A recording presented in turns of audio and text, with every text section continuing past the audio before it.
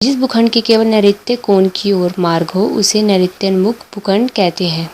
नैऋत्य का अर्थ अभाग्य भी होता है, इसलिए इसे नैऋत्य के मामले में किसी भी प्रकार की चूक नहीं करनी चाहिए। ब्लॉक प्लॉट नैऋत्य दिशा में निर्मित वस्तुओं के बारे में पूरी सावधानी बरतनी चाहिए।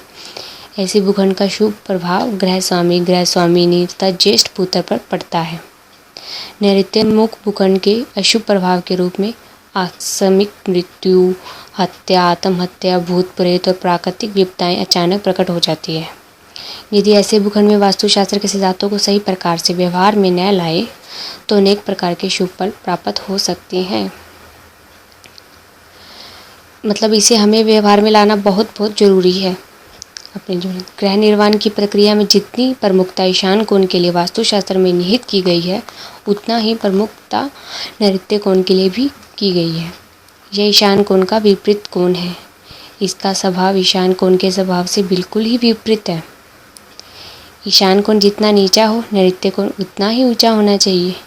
ईशान कोण में जितना रिक्त स्थान होता है, नैऋत्य कोण उतना ही ढका हुआ होना चाहिए। ईशान कोण जितना हल्का हो, नैऋत्य कोण उतना ही भारी होना चाहिए। ईशान कोण जितना विस्तार होता है, नैऋत्य कोण उतना ही संकीर्ण होना चाहिए। नैऋत्योन्मुख भूखंड के निर्माण में विलंब नहीं होना चाहिए। इस भूखंड पर निर्माण के दौरान गृह स्वामी को किसी भी यात्रा पर नहीं जाना चाहिए। घर में गृह स्वामी का शयन कक्ष नैऋत्य दिशा में होना चाहिए। भवन के नैऋत्य कोण में खिड़कियां नहीं होनी चाहिए। अब इसके सिद्धांत के बारे में जानेंगे। यदि नैऋत्योन्मुख भूखंड में गृह निर्माण के समय वास्तुशास्त्र के सिद्धांतों को व्यवहार में लाए तो इसका फल भी हमें अवश्य ही मिलता है। इस प्रकार के भूखंड पर सम्मुख भाग में निर्माण कार्य तेजी से कराना चाहिए, वरना कोई तो अशुभ घटना घट सकती है। इस भूखंड के सामने के भाग में स्थित कक्ष को शयन कक्ष या भंडार कक्ष के रूप में इस्तेमाल किए जाने से उत्तम बल की प्राप्ति होती है। भवन के नैऋत्य कोण में गृह स्वामी का शयन कक्ष होने से शुभ फल प्राप्त होता है। यदि गृह स्वामी का कारोबार, नौकरी, यात्रा संबंधी हो तो भवन के नैऋत्य कोण में उसका शयन कक्ष नहीं होना चाहिए। ऐसी परिस्थिति में शयन कक्ष हमेशा वायव्य कोण में होना चाहिए। भूखंड पर दक्षिणी और पश्चिमी भाग में निर्माण कार्य आरंभ कराना चाहिए। भवन का नैऋत्य कोण में स्थित भाग ऊंचा होना चाहिए। वहाँ ऊंचे वृक्ष, ऊंचे टीले होने से शुभ फल प्राप्त होता है। ऐसे भूखंड पर निर्माण करते समय कभी सभी कक्षों के कोण समकोण होने चाहिए। भवन के सामने खाली स्थान पीछे के खाली स्थान से कम होना चाहिए।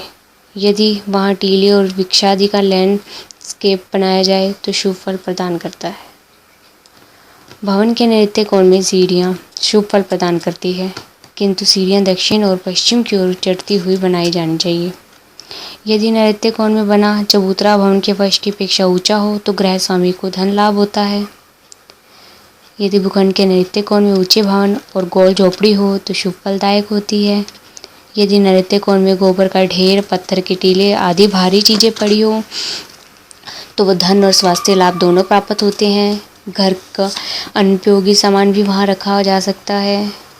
अब इसके निवारण के बारे में जानेंगे। यदि इस भूखंड में बताए गए भवन कक्षों में बरामदों में नैऋत्य कोण नीचा हो तो धन और प्राणों के जाने की संभावना बनी रहती है। भयंकर बीमारियों के शिकार भी हो सकते हैं। इस दिशा में इन कमरों के अंदर बरामदों में ठोस भारी वस्तुएं रखें और कक्षों को धोते समय जल को नैऋत्य से ईशान की ओर लाएं। इन्हें पूर्व, उत्तर तथा ईशान में स्थित दरवाजे से बाहर निकालें। यदि नैऋत्य कोण में खिड़की का होना अशुभ होता है तो इस दिशा में खिड़की को बंद कर उसके ऊपर गहरे हरे रंग का पर्दा डाल दें। नेक्स्ट वीडियो का लिंक डिस्क्रिप्शन में है।